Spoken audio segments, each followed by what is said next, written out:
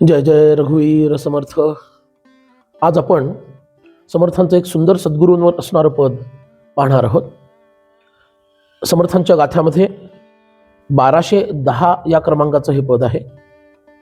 गुरु दातारे दातारे अभिनव कैसे केले रे, एकची वचन न बोलत बोलुनी मानस विलया नेले रे. भूत संगे कृत नश्वर ओझे निज बोधे उतरिले रे. दास म्हणे मज मी पण विरहित निजपदी नांदविले रे. गुरु दातारे दातारे. इथं गुरु शब्दाचा अर्थ सद्गुरू असा घ्यायचा आहे. खरं दातृत्व हे सद्गुरूंकडे आहे. कारण कितीही मोठा दाता असला, दाता म्हणजे देणारा, तरी तो जे देतो ते कालांतरानं नष्ट होणार आहे. संपत्ती असो, धन असो, किंवा तुम्हाला अन्य काही वस्तू रूपात दिलेलं असो, जे काही कुणी देतं, दान करतं, हे सर्व नश्वर आहे. इतकेच कशाला, तुमचे सामान्य गुरु शिक्षक हे जे विद्या देतात, जे काही सामान्य ज्ञान देतात, ते सुद्धा कालांतरानं कालबाह्य होतं, नष्ट होतं. पण सद्गुरू असं काही देतात की जे त्रिकाला बाधित आहे, तीनही काळांच्या पलीकडचं आहे आणि ते कधीच नष्ट होत नाही. आणि म्हणून खऱ्या अर्थानं सद्गुरू हेच दाता आहेत, कारण त्यांनी दिलेलं कधी नष्ट होत नाही. म्हणून इथं म्हटलेलं आहे गुरु दातारे दातारे अभिनव कैसे केले रे. नवीनच त्यांनी, अभिनव म्हणजे नवीन, काय नाविन्यपूर्ण त्यांच्याकडे आहे, असं नाविन्यपूर्ण आहे जे माझ्या जीवनात याच्यापूर्वी कधीच घडलं नव्हतं. हाही संदर्भ आहे.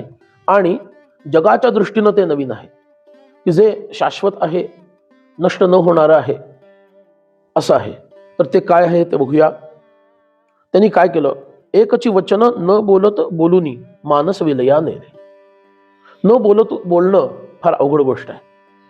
सुंदर एक शंकराचार्यांचं वचन आठवतं, गुरोस्तु मौनम व्याख्यानम शिष्यास्तु छिन्न संशयाः. गुरु उपदेश करतायत मौनानं, आणि या मौनाच्या उपदेशानंच शिष्यांचे सर्व संशय हे नष्ट होऊन जात आहे. ही जी प्रक्रिया आहे ही अंतरंगातील आहे. इथं सद्गुरू आपल्यातील चेतना ही शिष्यामध्ये संक्रमित करतात. त्यामुळं ते वैखरीनं, आता मी ज्या पद्धतीनं तुमच्याशी बोलतो तसं ते बोलत नाही, तर ते परा या वाणीतून बोलतात. परावाणी ही स्फुरण मात्र आहे, तिथं शब्द नाही आहे.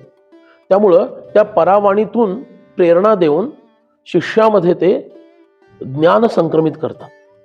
आणि म्हणून एकची वचन काय, तू ब्रह्म आहेस, तत्त्वम असी, ते ब्रह्म तूच आहेस, हे जे ज्ञान आहे हे सद्गुरू कानामध्ये सांगतात असं नाहीये, त्याचा बोध प्रेरणेतून करून देतात, न बोलत बोलुनी.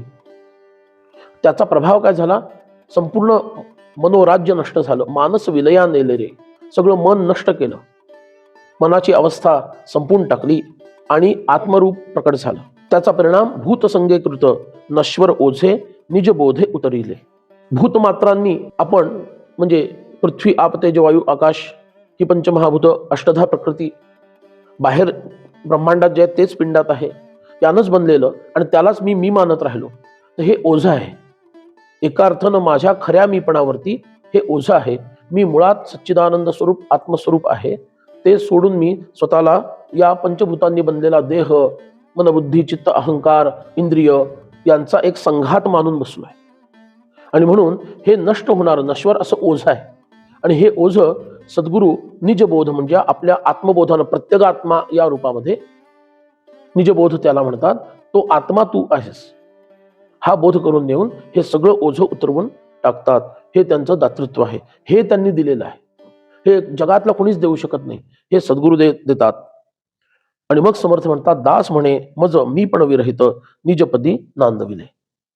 समर्थ म्हणतायत की माझ्या सद्गुरूंनी काय केलं, माझ्यातील जो खोटा मीपणा होता, कोणता खोटा मीपणा, मी देह आहे, मी इंद्रिय आहे, मी मनबुद्धी चित्त अहंकार आहे, प्राण आहे, मी कारण देहरूप आहे, इतकंच नव्हे तर मी महाकारण देहरूप आत्मा आहे. या सगळ्या भावना ज्या मीपणाच्या आहेत, या सर्व भावना मीपणा काढून टाकला आणि फक्त आत्मस्वरूप शिल्लक राहिलं. मी आत्मा आहे याला आत्मबुद्धी म्हणतात, मी देह आहे याला देहबुद्धी म्हणतात.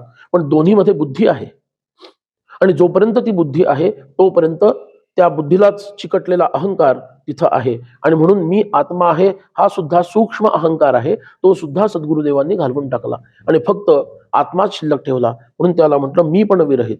म्हणजे मी आत्मा आहे ही आत्मबुद्धी सुद्धा तिथं शिल्लक ठेवली नाही. हा खरा मीपणा विरहितपणा आहे.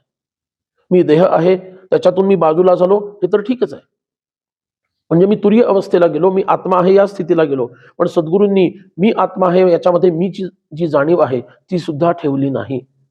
आणि उन्मनी अवस्थेला, आता उन्मनीला अवस्था तात्पुरतं म्हणायचं, पण तिथं मला नेऊन ठेवलं आणि म्हणून मी पण विरहित निजपदी नांदविले. आणि माझी नांदणूक, माझं राहणं आता निजपदावरती म्हणजे त्या ब्रह्मस्वरूपामध्येच मी स्थिर झालो. आणि हे जगात जे कुणीही देऊ शकत नाही असं शाश्वत दान सद्गुरूंनी दिलं. आणि म्हणून खऱ्या अर्थानं खरे दाता कोण आहेत? गुरु दाता रे दाता रे, अभिनव कैसे केले रे. राग वसंत भैरवामध्ये हे पद गायलं जाईल आणि ताल त्रिताल असेल. परंपरेमध्ये हे पद वेगळ्या पद्धतीनं गायलं जातं, पारंपरिक पद्धतीमध्ये. पण इथं मात्र समर्थांनी जे आपल्याला सांगितलेलं आहे गाथानुसार, त्याच पद्धतीनं इथं हे पद माझे मित्र सादर करणार आहेत. आपण ते श्रवण करावं. जय जय रघुवीर समर्थ.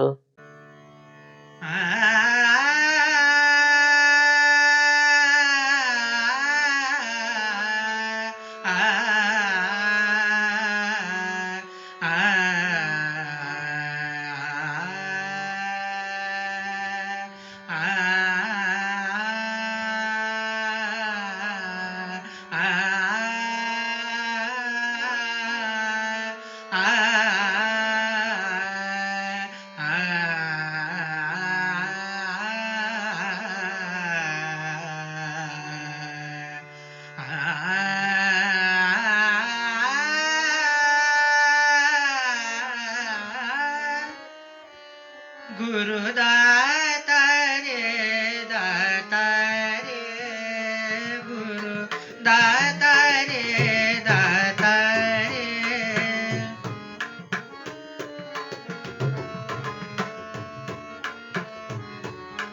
दाता रे दाता रे, अभिनव कैसे केले, अभिनव कैसे केले.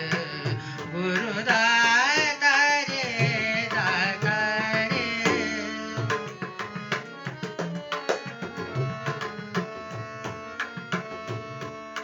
एकची वचन न बोलत बोलून, एकची वचन न बोलत बोलून, मानस विलयाने,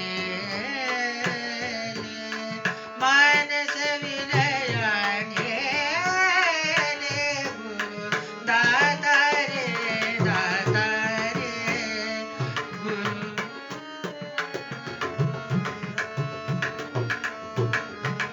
भूत संघ कृत नश्वर ओझे, भूत संघ कृत नश्वर ओझे, निज बोधे उतरिले,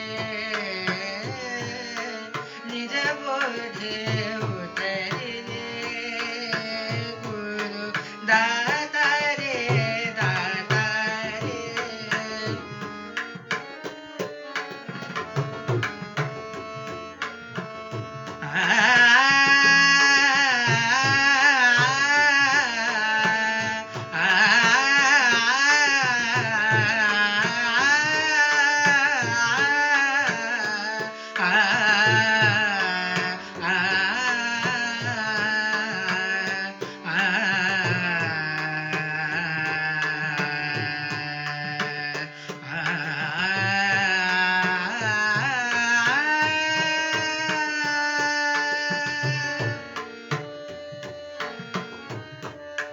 दास म्हणे मज मी पण विरहित, दास म्हणे मज, दास म्हणे, दास म्हणे, दास म्हणे मज मी पण विरहित, निज पदी नांदवले, निज पदी नांदविले. गुरु दाता रे दाता